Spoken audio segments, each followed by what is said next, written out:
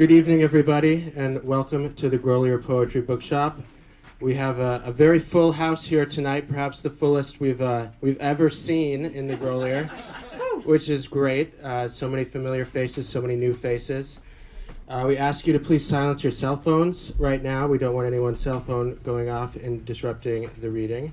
So please double check that they're silenced. And without further ado, I would like to welcome Mr. Tom Daley, who will be giving the introductions tonight for the first poet reading, Michael McCarthy.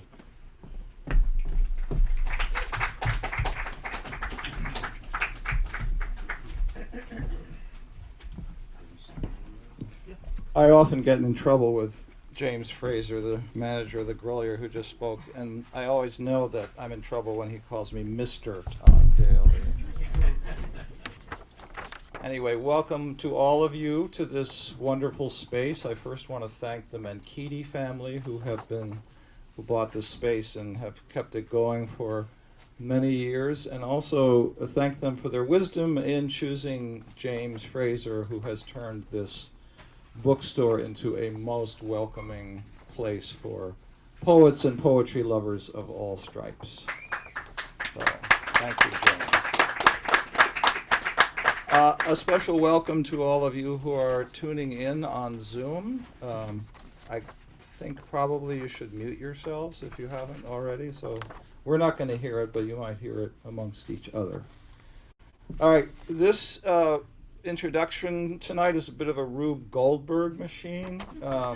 I'm introducing Mike McCarthy, and then Pedro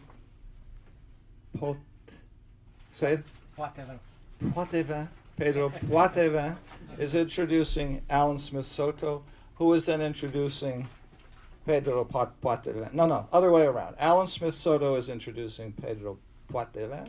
Pedro Poitevin is introducing Alan Smith Soto. Okay, so, but before I go into that, I just want to say that you're in a bookstore, and there is a sign on the door that says, leaving a bookstore without having purchased a book is very bad luck. So, buy these poets' books, there are lots of other poets' books here. Buy a book, one book, before you go out. If that's all you can, you should buy all three of their books, but buy at least one of them. And they're wonderful, wonderful books.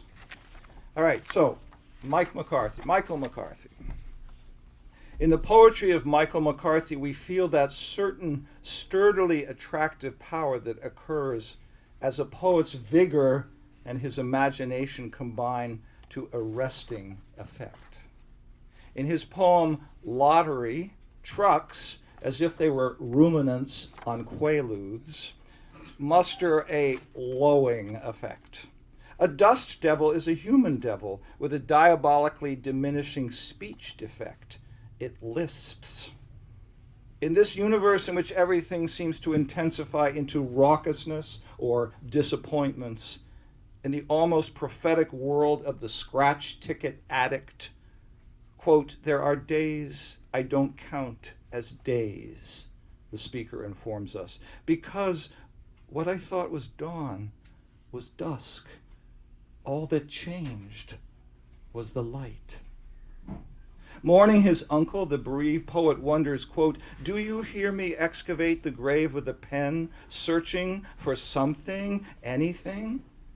And indeed, the poems in McCarthy's debut collection, Steve, A Gift, plumb, reconnoiter, interrogate, and exhume the material of the life of the deceased with candor, bewilderment, shock, fondness, and deafness. When a priest suggests that the beloved's uncle's profession as electrician made him a bearer of light, the poet wonders, can you imagine him giving light? And answers, something funny going on here?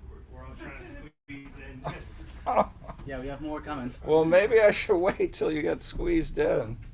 I don't know if it's safe to have anybody else. You can open the door and people can stand on the steps. Well, let's do that. Yeah. Let's do that. Yes. But open the door so everybody's looking at you guys and not me. I want attention. All right. Are we relatively settled here? For those of you at home, we've got an overpacked house here. Yeah. Wow. Sorry, my dear. I think the Grolier needs a bigger space. All right. Okay, look, if there's any more commotion over there, don't anybody look over there, okay? Okay? This is like we're not rubbernecking a highway accident. We're at a poetry reading. What a priest suggests, Mike, you're the worst offender. I know your fans are coming, but listen to this introduction. I'm listening. Oh, Jesus. When a priest suggests that the beloved uncle's profession as electrician made him a bearer of light, the poet wonders, can you imagine him giving light? And answers, it burns like steel wires, an open fuse, dirtying his gloves with the gift glowing.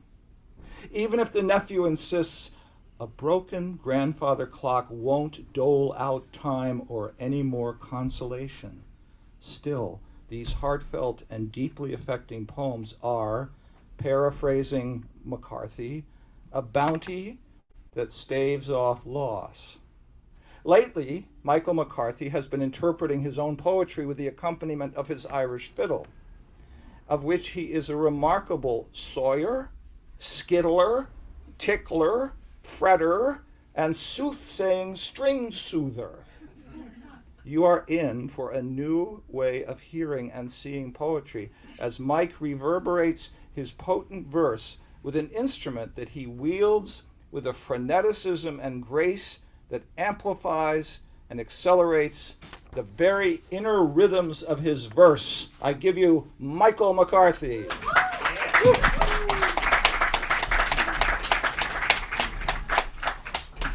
This is also the most packed that I have ever seen the Grolier. Thank you, everyone, for coming tonight, for being here to celebrate the poetry of us, of my good friends Pedro and Alan. Thank you, Tom, for that lovely introduction and for your enduring friendship. Thank you, James, for managing this circus. And yes, I am absolutely delighted that I can check this off my bucket list that I have read at the Grolier. So without any further ado, I'll start reading from my chapbook, Steve, A Gift, which was written in memory of my Uncle Steve, who passed away during the pandemic. This was very much a COVID project, begun during the pandemic and finished right about when it ended. All about the hospice care that we administered when we were easing him into his demise. Can everyone hear me? Yeah. Okay. And so I began writing these poems as a way to cope. A number of these poems, including the first one that I'm going to read, are found poems. So when we were going through his belongings, I found books of his, an electrician's manual, a Bible, some veterinary and kind of farming books. And this first poem I'm going to read is from an electrician's manual. I did not write a single word of this poem.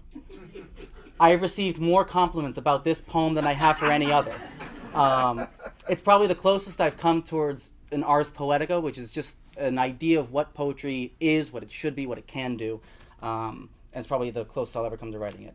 700.3 Test and Maintenance from NFPA 70 National Electrical Code Edition 2017. A. Conduct or witness test. The authority having jurisdiction shall conduct or witness a test of the complete system upon installation and periodically afterward. B.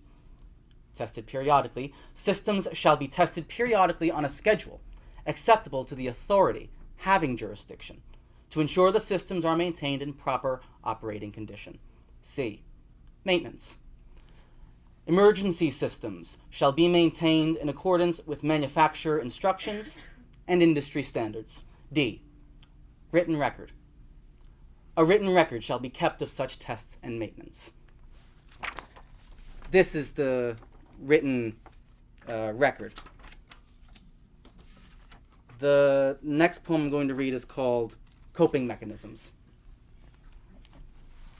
Sorry about this one, Mom. The wine bottle is halfway through my mother. She's smoking pot, grilling all the food she can gather. We can't hear him breathe over the sizzling meats, our banter and laughs. Pour me a glass, I say, and stray to the garden where no flowers brave winter. Even the season speaks of death. We are not so cold as the cruel wind. Our wine is like the blood of Christ, and does the scent of barbecue, his favorite, not find his nose? This bounty staves off loss larger than life or faith or fate. I lick my lips. The food tastes great. Breathe. I exercise in the room above him, my lungs swelling and shrinking just to remind myself of my body. I'd never heard someone draw the world inside them only to survive. His heavy, heaving breaths, lungs emptier, each draught fought for life till its end, until nothing was left to do or say or pray for.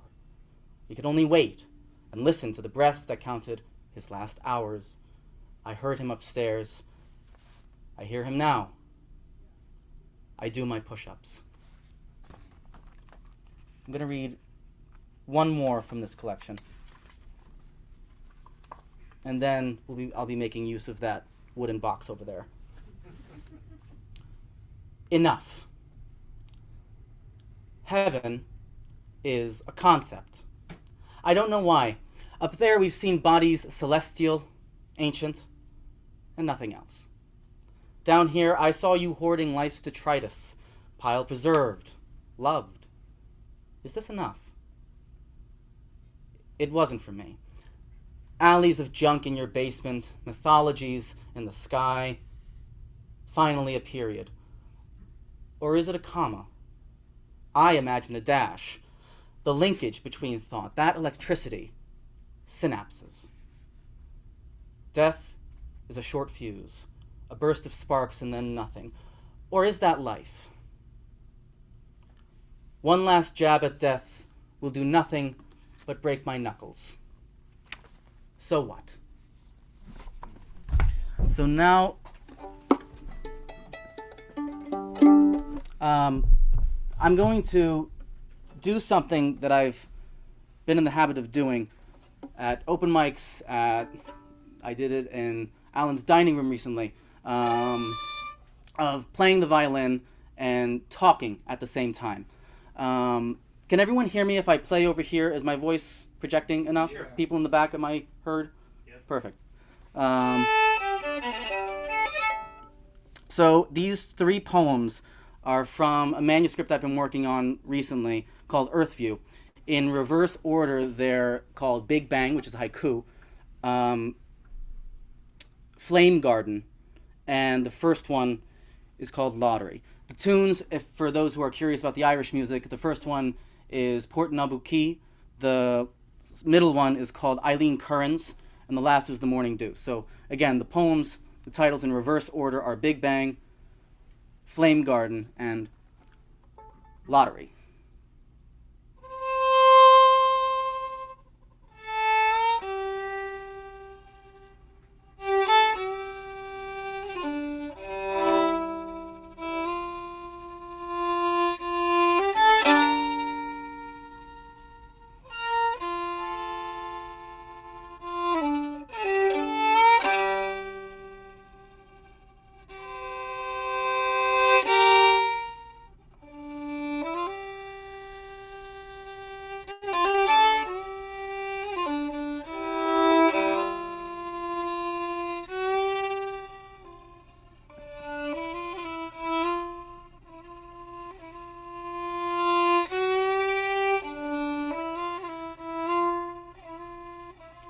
There are days I stroll the highway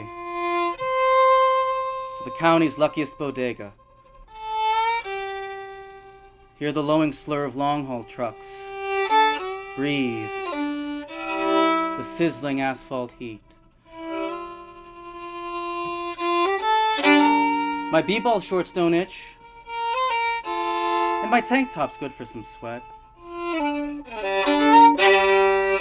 Only my flip-flops fumble over potholes and scratch my calluses thicker.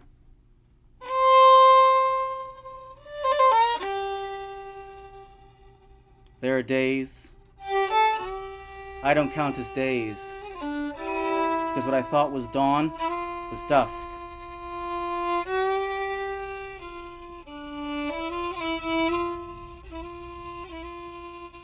All that changed was the direction of shadows.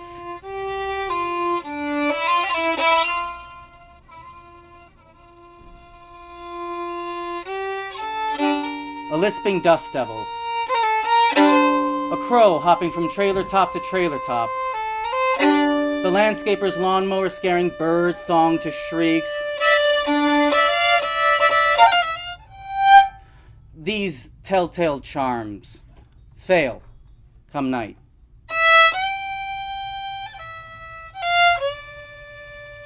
But always,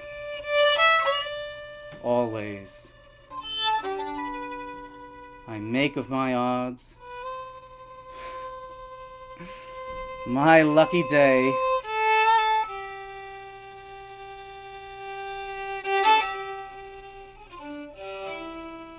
There are days I stand at the convenience store counter and pray.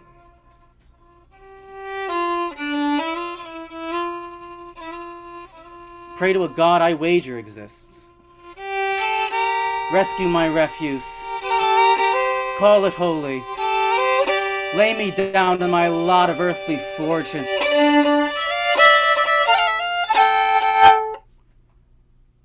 When I play the lottery, I shake and scrape the card with my necklace, my cross, as if some sacred silver could salvage my one scratch-o life.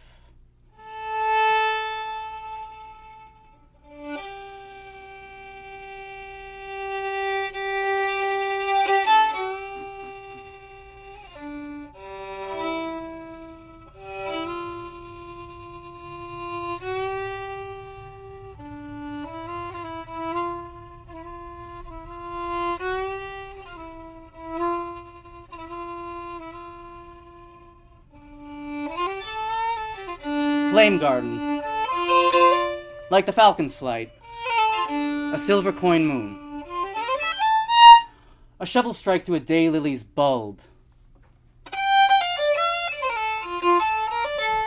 and a snake slithers through ceramic frogs. The grave thought empty fills with rose petals traitorous to skin.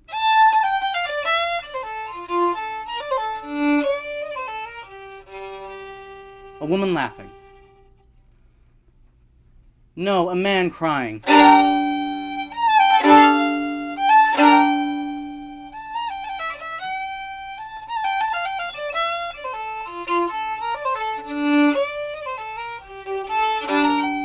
The rancid banner, rinsed in gasoline, marries a live match.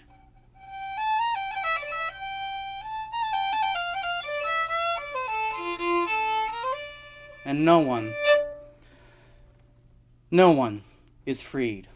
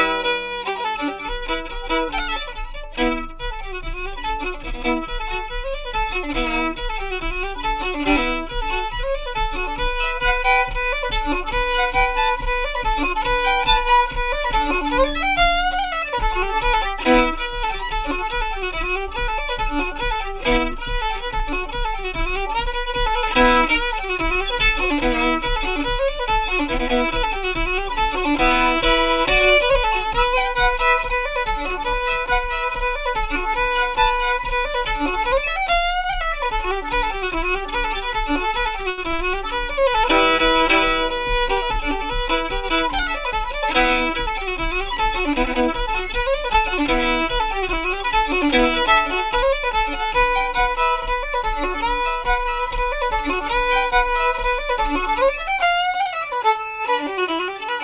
constellations no longer fit in my hands. What now to call ours?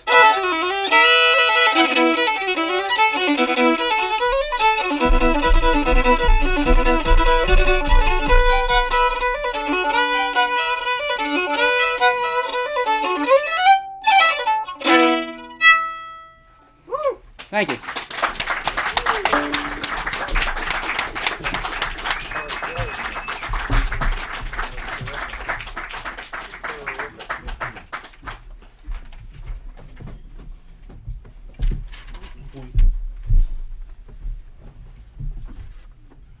You still have toes left.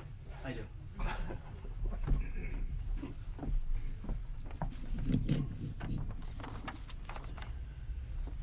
Thank you all for coming, and thank you to our audience online for joining us. It's a great joy to read with Michael McCarthy and Pedro Poitevin, and to enjoy Tom's amazing introductions, his wit and friendship. I also want to thank James, who kindly has invited us, and many other folks, to this storied, beautiful poetry bookshop. Pedro Poitevin is a bilingual poet and translator, originally from Guatemala. He is the author of 6 books, including his English language debut, Nowhere at Home, which is here.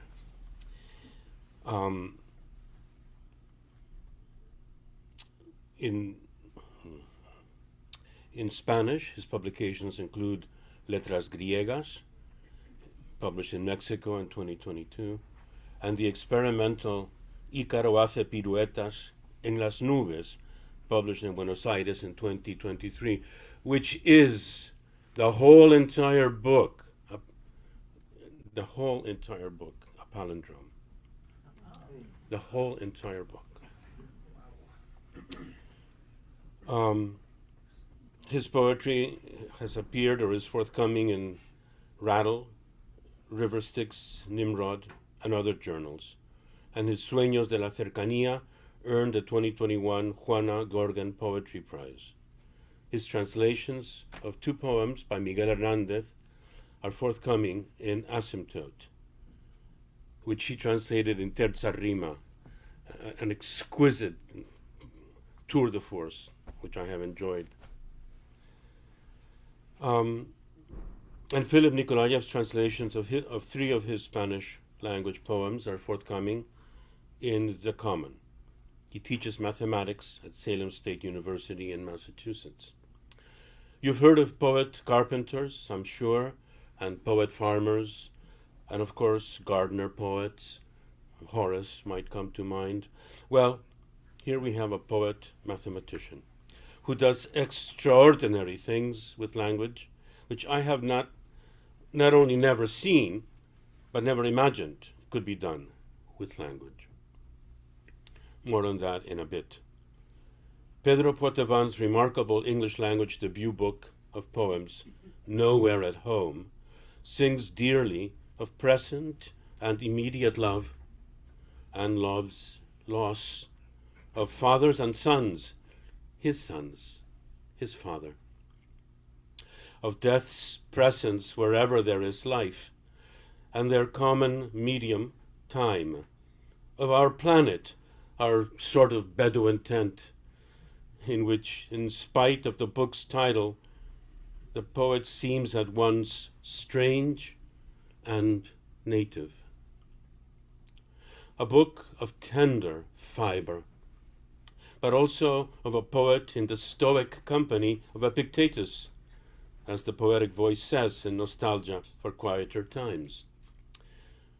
Regarding death, for instance, let's take a listen to Memento Mori. A thought takes form, then dwindles as the archer, his fingers frozen and his eyelids narrow, pulls back the bowstring to release an arrow. Each moment is arrival to departure. There is an attribute of Pedro Poitevin's poetry that deserves special attention. Its formal virtuosity. I'm not referring here to the deftness of his traditional verse forms, sonnet, villanette, etc., but to the exasperatingly intricate palindromes, to the artifice of using, for example, airport abbreviations for an entire poem, or the structure of a short poem on Baroque music in which, as he explains in a note, quote, "In Baroque music," the title of the poem, "the intercalations, letter by letter, of the first two lines produces the third, to wit, Attic tilt, low throws, alto, twitch, triolets."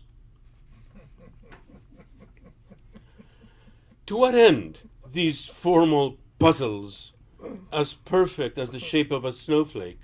Virtuosity may have its own justification, as Paganini's art shows us, but as pertains to poetry, there is as well another fundamental artistic result. The formal requirement forces the poet to a semantic migration, where he is nowhere at home. A no man's land where first intentions have no place. The garden words are left behind the closed gate, and the poet must go a-foraging in the woods for a recondite but powerful mushroom cozied on a root. A sequence of semantic halftones which create wonderful refractions of story and metaphor that would have remained in the huge darkness outside sound, were it not for the now required second gaze or audition. And so the paradox that Pedro Poitevin's formal strictures untie the semantic imagination. If one stops a string at exactly the halfway point, it will vibrate at exactly 1 octave higher than the open string. Pedro's word puzzle poems are an almost desperate, yes, in spite of their humor, effort to microcosm his and our way to a cipher of the macrocosm. For me, a thrilling experiment in search of a mandala with all the pieces of world inside. I leave you with Pedro Poitevin.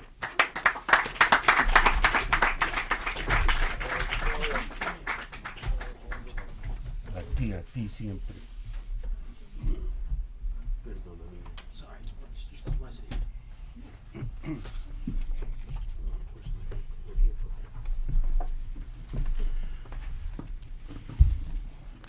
Thank you for that wonderful, undeserved introduction, Alan. And thank you, everybody, for being here. Thank you for everybody who's watching at home. I'm going to read 9 poems today for you. Only 2 of them are these experimental puzzles that Alan was referring to at the end. They're the first 2 poems that I will read. The first one is a found poem, like Michael's found poem that he read initially. My first poem is, it is an airport coach poem. It is indeed the longest poem in the world. You see, it's built of airport code, just like, for example, Boston Logan Airport is BOS, right?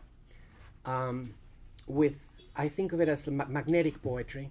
You have these blocks of 3 letters, and you can create a poem on your refrigerator store with those magnetic blocks.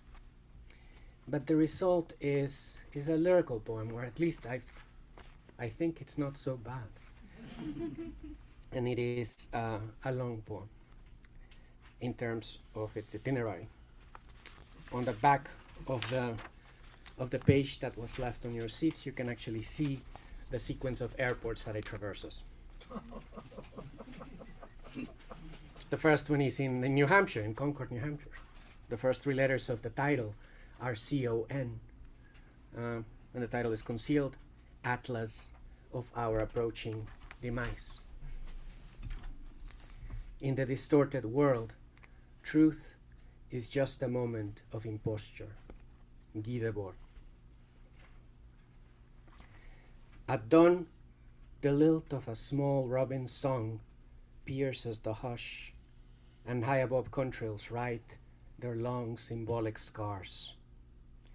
Early risers water gardens, listening intently. Commuter bustle does not yet fill the streets, and the robin chirps its doom. Earth crumbles between fingers, and we harvest air thin as code. This is the world we hold, we think again, sensing mineral loss. At 8, the markets fill with brilliant cargo. Valencia blood oranges, ripe Cambridge strawberries, Hungarian maraschino cherries, Iranian pearl caviar, Turkish gold saffron. The lifting, stacking, and arranging of jars, boxes, bundles, and crates creates mountains of riches. Voices blend against the market stalls, and we learn to read the world. The mind takes flight mid-morning, striving for a swan's high reach over storm-swollen skies. Flight paths reveal the earth in steady motion. We trace the marks across this coded poetry. We are the symbols and writers of the system. We are the hardware and software of its flux. We are the watchers and the doom of watching. Deep into afternoon, light spans rivers and fields, and farms form grids, our eyes absorbing from up high varieties of texture. See this planet's vast plains meet blue-black skies along a silky arc. As clouds vanish in commotion past the mountain range, time dwindles to an instant of flash. Earth darkens, and a doomsday prayer hovers over long blades of night.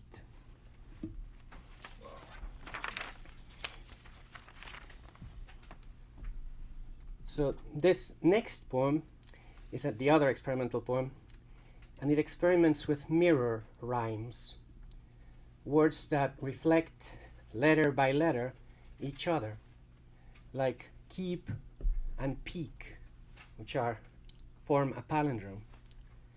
There are 7 such mirror rhymes in the poem: emit and time, for example, keep and peak, wolf and flow. It's an insomniac poem and an astronomical sonnet. Here's Under the Bedroom Skylight. Scanning the sky this way and that to keep the light those distant galaxies emit, we sense our insignificance, how time dissolves like snow on seawater. We peek beyond Andromeda and dream a wolf gazes at us with quasar eyes and loops around while night unwinds the cosmic spool. We lie intent on stillness, but still flow. We seem to stay together, but we part. And as we spiral into mindless doom, our fingers meet and weave a mellow mood that thaws the rim of Morpheus' strap. Your index leads the way through clouds and peels away the layers of darkness till we sleep.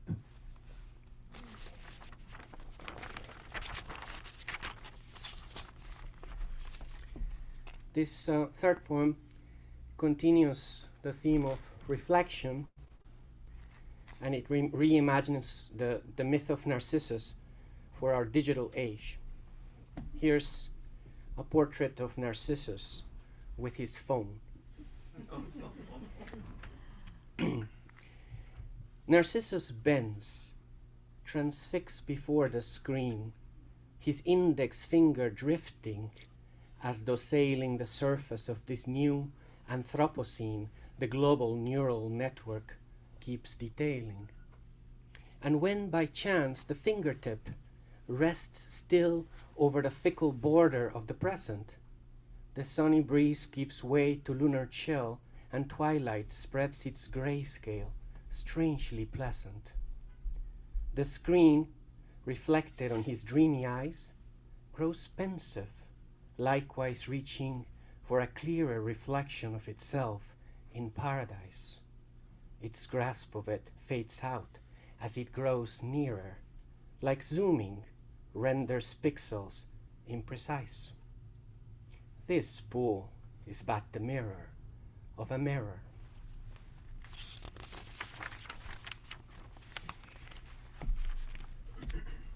This next poem is my cat sonnet. I love my cat. And it's inspired by a passage in Jorge Luis Borges' story, El Sur, in which Borges makes the observation that cats, unlike humans, live entirely in the present moment. Here's Winter Sonnet. The sky is dreaming it is falling down. Below, the pine tree wears a ghostly gown. Your cat takes refuge from the drifting snow against your tired feet. She doesn't know. How could she know? She doesn't dwell in time. You write the past, each falling leaf, a rhyme, a memory that slides onto the floor. The cat lives only now and nothing more. The sky is dreaming, it keeps falling, falling, you think. The gown the pine tree wears grows wider. Each page returns to blankness at the bottom. Why aim for permanence? Why be a writer? Ignored by you, the cat who sees you scrolling won't ever understand. You are the autumn.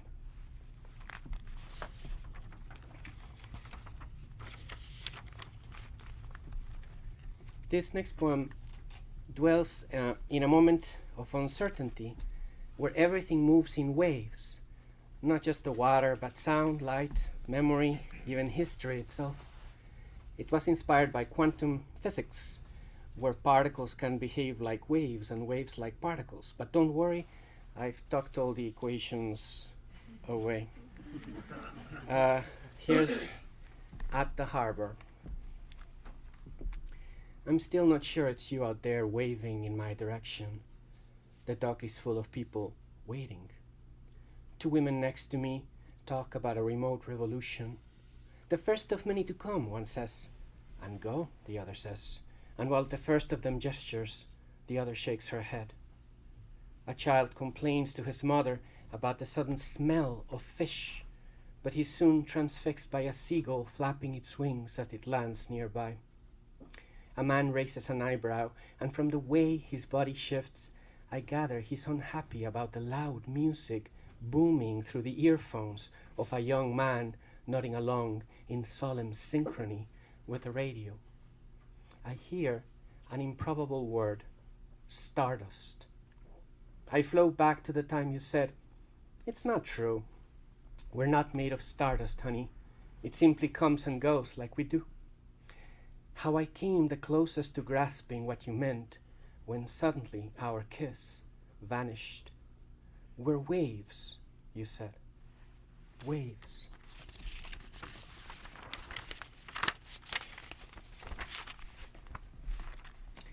From quantum waves to waves of anti-immigrant sentiment. This poem considers anti-immigrant rhetoric from an immigrant's perspective.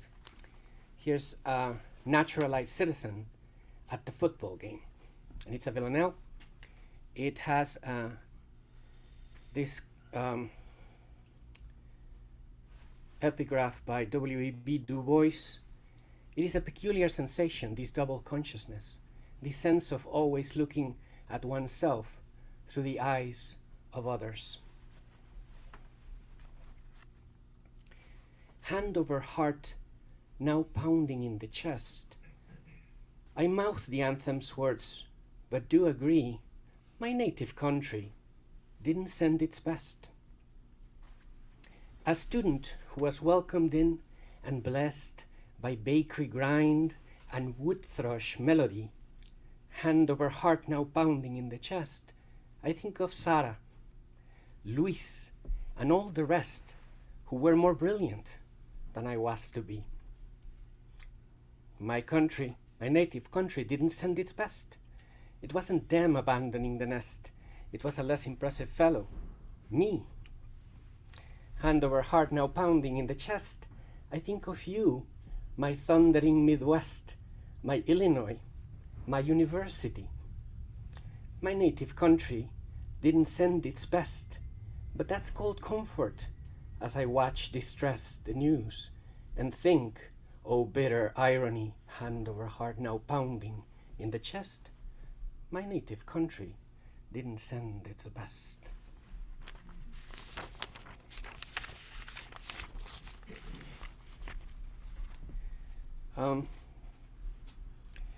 This is Odysseus's last return to Ithaca. According to Book 11 of the Odyssey, after reclaiming Ithaca, Odysseus is tasked with one final journey inland to appease Poseidon. In the Homeric text, parts of the story are uniquely addressed in the second person to Eumaeus, the swineherd. So this is a love poem to the addressee. In poetry, communication is important. During this next return of nobody, as saffron polish saturates the dawn, illuminating sweet Penelope, this matters not, Eumaeus, if you're gone. Nor does it matter that there's poetry about bruised cloudscapes blanketing the year and people who don't know Poseidon's sea, if you, who cared for Argus, are not here. The bard declaiming stories matters not, no matter how prodigious or how keen, no matter that Athena wove the plot. Wine burns the throat, and Homer's spell is broken without you, swineherd, who have always been the addressee for whom the poem was spoken.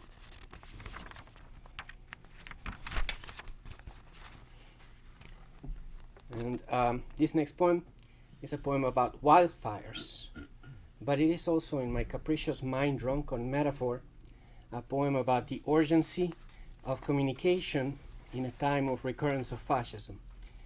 Here's Before the Burning. It has begun. The root water brings news. The air is thickening with ethylene. A resin hush drifts through the blackened hues, mycelial threads alert beneath the scene. A pulse runs underground from pine to oak, a silent tremor threading through the stand. Their crowns incline beneath the ashen cloak, a breath before the burning of the land. No wind has stirred, yet branches start to bend. The ancient tongues of cellulose stand mute. The bark draws tight, the leaves let go, descend, as embered warnings whisper at the root. The fire will take what silence cannot save, and yet below the roots, prepare the grave. And this is my last poem. Every poem begins in silence and returns to silence in the end, just as life begins with and returns to non-existence. This poem recasts that silence as home. Here's silence.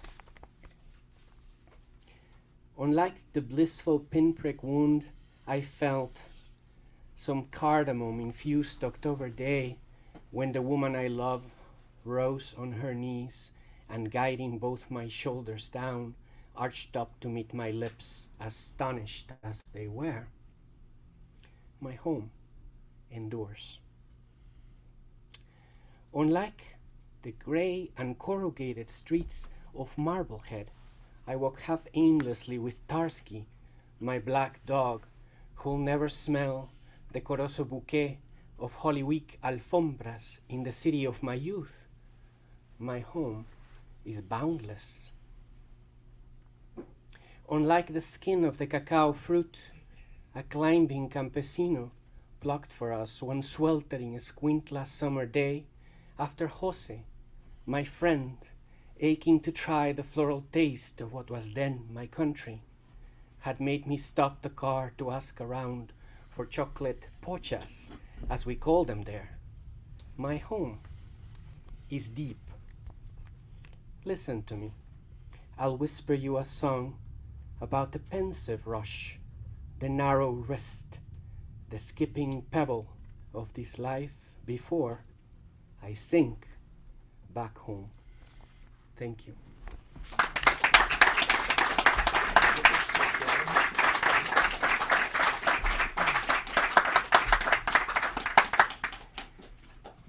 And I'm staying here because now it's my honor to introduce our final reader, Alan Smith Soto. Alan is a fantastic poet, as you will see. Born in San Jose, Costa Rica, and now making his home in Jamaica Plain, Alan has long moved between languages and cultures. A poet and scholar, he is a professor emeritus of Spanish literature at Boston University, where he taught for many years. His work reflects a deep engagement with both the Spanish and Latin American literary traditions, an engagement that informs but never overwhelms his poetic voice. His latest collection, Templo, which is here, and you should definitely buy, is a study in quiet precision. These are poems of careful approach, of stepping lightly. They do not announce themselves with grandeur, but rather with a stillness that draws us in, reminding us that silence too can hold meaning. The title poem, Templo, does not merely describe a temple, it enacts one. We move through its measured lines as we might through an actual space, ascending stone steps, passing into shadow, feeling absence take shape around us. The poem asks us to enter with a kind of humility, just as its figures enter barefoot. And as we read, we realize we are not in a single temple, but within concentric sanctuaries, the structure itself, the surrounding world, and finally, the poem, which becomes a temple in language, enclosing us in its quietude. The collection shifts between landscapes, from the ancient stones of Machu Picchu to the bustling plazas of Madrid. In Desayuno en el Gran Hotel, we sit in a dining room where a pianist plays, or does he? The music hovers at the edge of perception, possibly a recording, possibly not. The poem lingers in that moment of uncertainty, gently unsettling the boundary between what is real and what we believe to be real. Elsewhere, in Finisecular, time itself seems to waver, a dance, a waltz, a moment of elegance, until something intrudes, and suddenly what was fluid and continuous becomes distant, untouchable. The poem moves with a delicate awareness that transitions happen quietly. A note passed, a glance exchanged, a realization occurring just as the music fades. And now and then, a poem like Oriental might call to mind Federico Garcia Lorca, not through imitation, but through a shared attentiveness to the way architecture, light, and sound shape experience. We find courtyards, nightingales, alabaster filtering sunlight, through orange trees. Yet, Alan Smith Soto's voice remains his own. He does not push the images toward the dramatic. He lets them settle, trusting their quiet luminosity to be enough. Throughout Templo, his language is spare, his images unforced. Rather than offering conclusions, these poems open spaces, sometimes architectural, sometimes psychological, where perception sharpens. The collection itself becomes a place we step into, as we would a temple, feeling the weight of what surrounds us and what has disappeared. It is my honor and pleasure to welcome Alan Smith Soto. Please join me in giving him a warm welcome.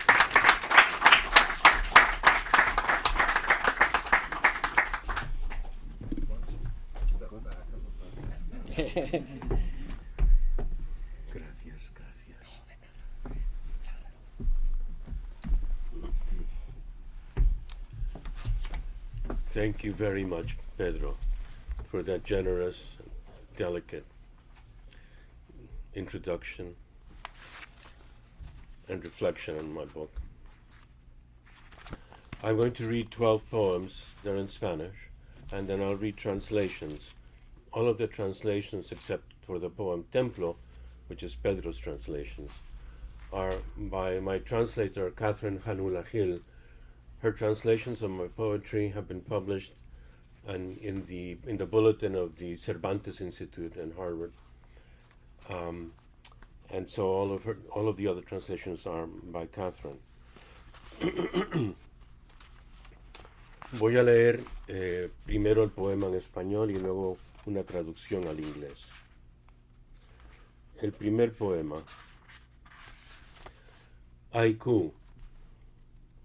Llegó el silencio hasta la mariposa, abrió su ala.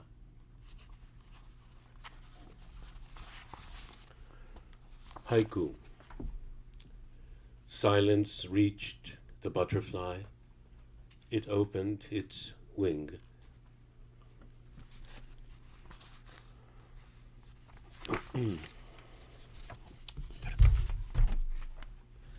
Templo.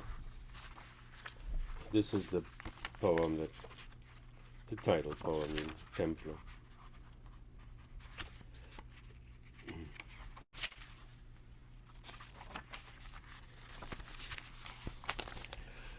Vamos a ver si no me mareo entre papel y libro, pero ahí vamos.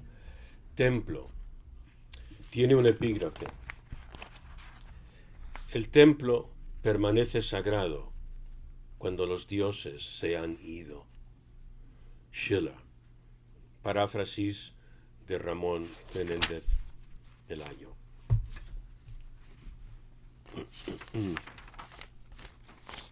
Temple. It has an epigraph. The temple remains sacred when the gods have gone. Schiller. Paraphrased by Ramón Menéndez Pelayo. We come from the forest to this clearing of grass, cropped by cattle. We climb the sunlit parallel stones and step onto its portico, shadowed by the breeze. We enter. The slabs, worn down by absence, claim our bare feet.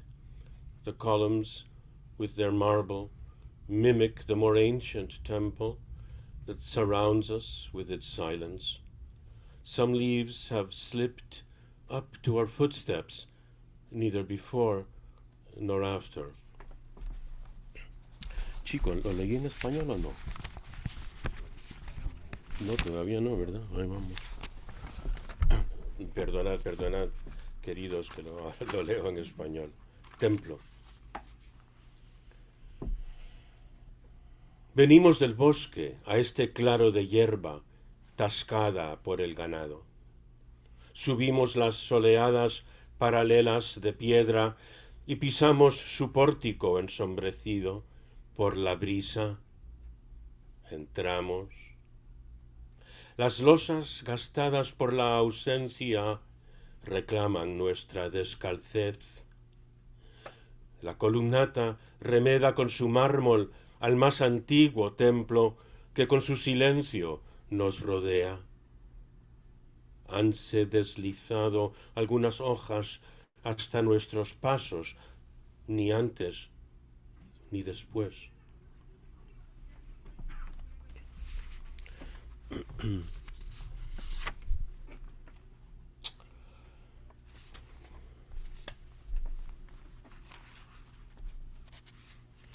Ángelus. Bajo las golondrinas, las muchachas tienden camisas blancas en el trigo. Aún así, de repente, es ayer.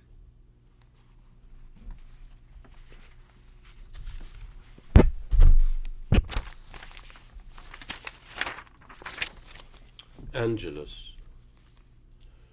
Under the swallows, the girls lay white shirts on the wheat. Even so, suddenly, it's yesterday.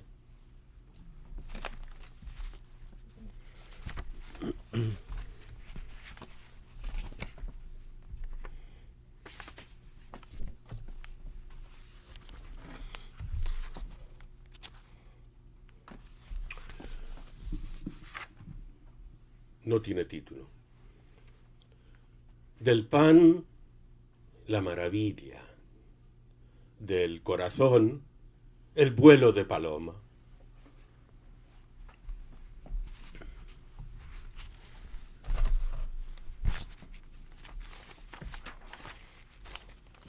From bread, wonder. From the heart, the dove's flight.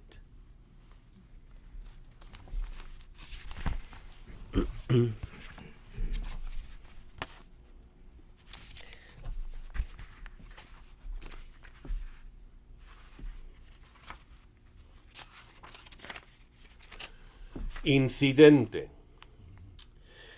El clown tropieza sobre su precoz zapato. Los lunares de su pantalón convergen, pero de nada ha valido.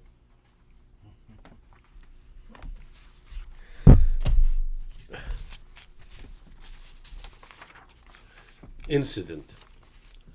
The clown stumbles over his precocious shoe, the polka dots on his pants mingling, but to no avail.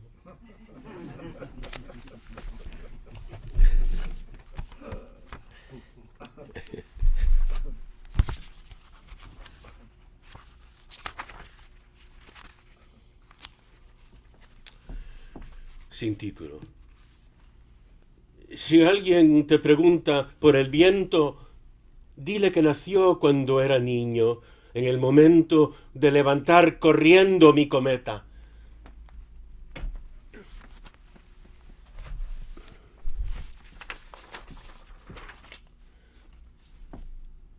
If someone asks after the wind, tell them it was born the moment I ran lifting my kite.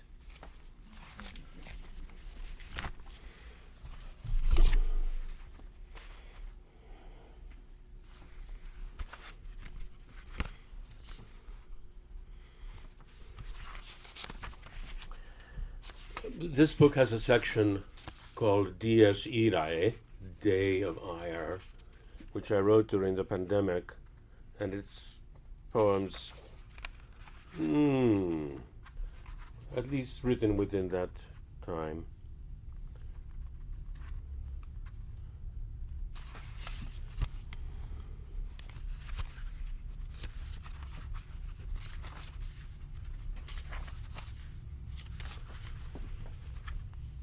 Catalejos.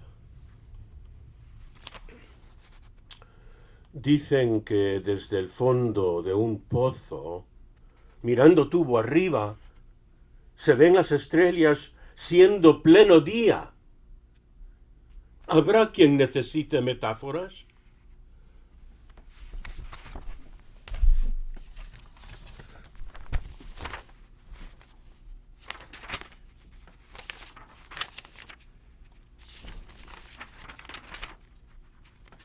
telescope. They say that from the bottom of a well, looking up the tube, we can see the stars in broad daylight. Does anybody need a metaphor?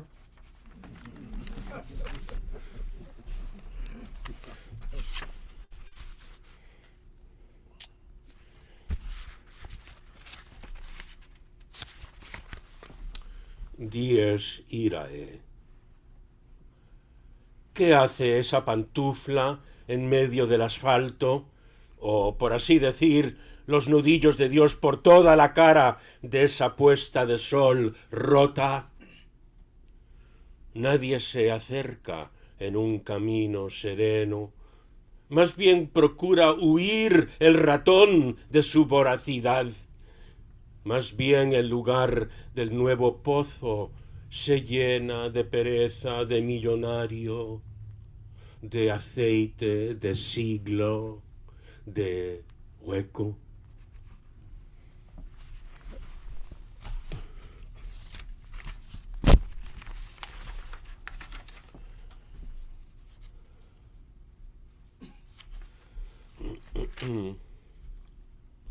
Dies irae. What is that slipper doing in the middle of the asphalt? Or, so to speak, God's knuckles all over the face of this broken sunset?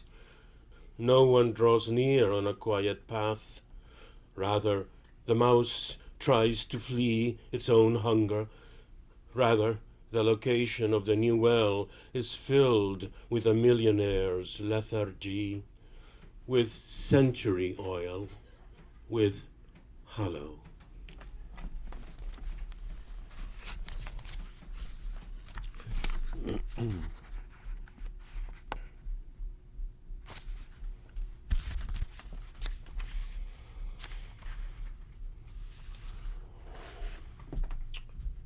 This is the last poem of this particular section. Es el último poema de esta sección. Han echado la calle. Han echado la calle. Hay un epígrafe. Alcé después mis ojos y miré, y he aquí un varón que tenía en su mano un cordel de medir, y díjele, ¿a dónde vas? Y él me respondió, a medir a Jerusalén. Zacarías. Han echado la calle a la calle. Pero es abril, el año de la peste, bajo la acacia de su movimiento. La torre tañe del bronce para abajo. Y el carrito de la compra yace de lado, moviéndose una rueda en el viento.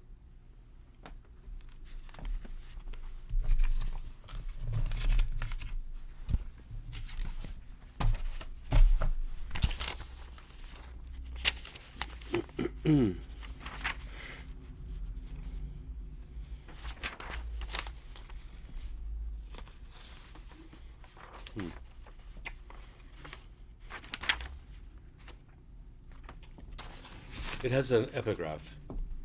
Then I looked up, and there before me was a man with a measuring line in his hand. I asked, "Where are you going?" He answered me, "To measure Jerusalem."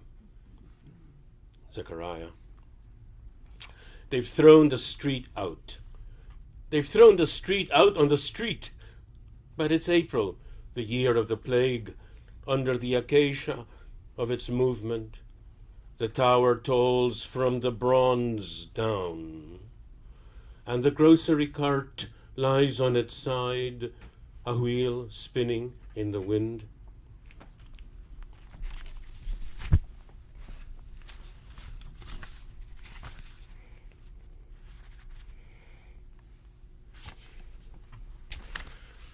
And this next poem is from a section more or less about Madrid. And it's a square called Plaza de la Cebada, in the heart of very old Madrid.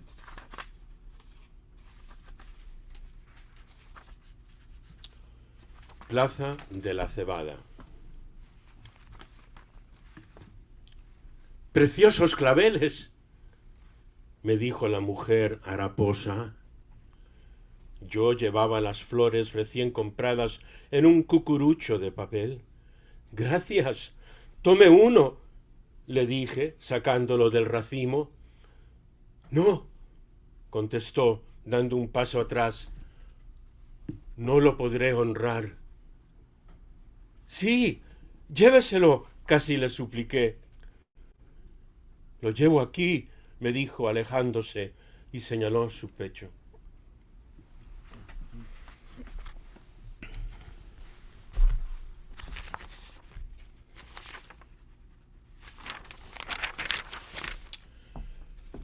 Plaza de la Cebada. Lovely carnations, the tattered woman told me. I carried the newly bought flowers in a paper cone. Thank you. Please take one, I said, pulling it from the bouquet. No, she replied, taking a step back. I won't be able to honor it. Please take it, I almost begged her. I'll carry it here, she told me, moving away, and she pointed to her chest.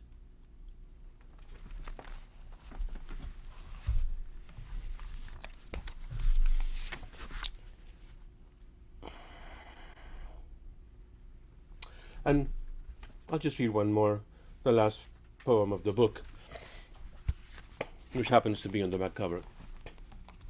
So it's easy to find. Este es el último poema del libro. El pan perdido. ¿Dónde romperá en pedazos su gran arenga?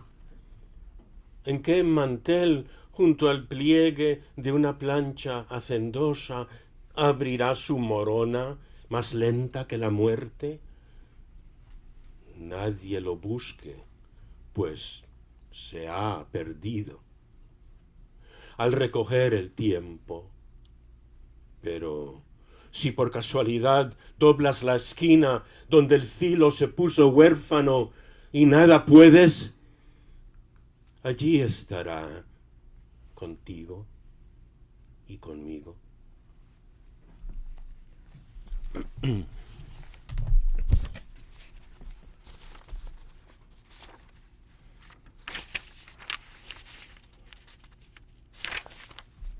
This is the last poem of the book and of my reading. Lost Bread.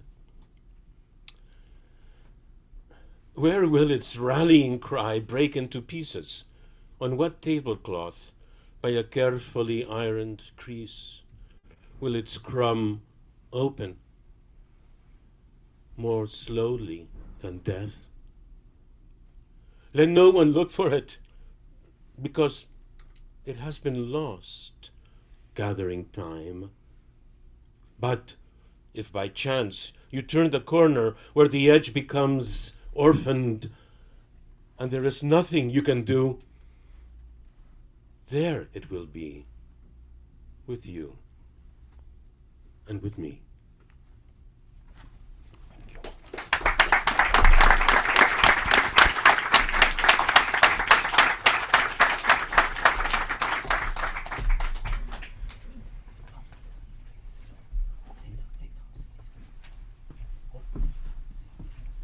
Those were three exquisite readings.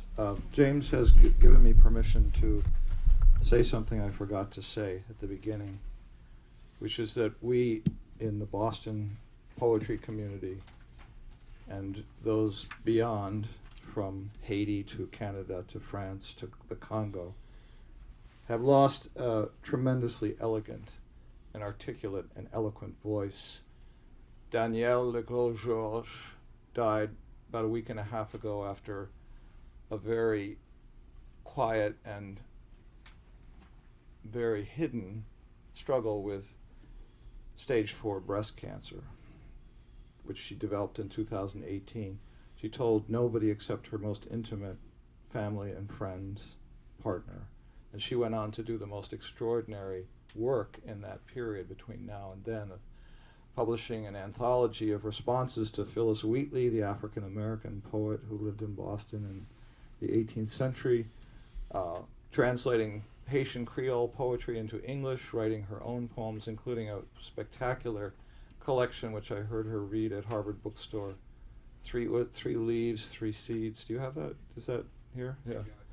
Anyway, so her funeral is this Saturday, but she was just one of the most lovely, elegant people I've ever met, and we will all miss her terribly. So, thank you again. James will close us out here.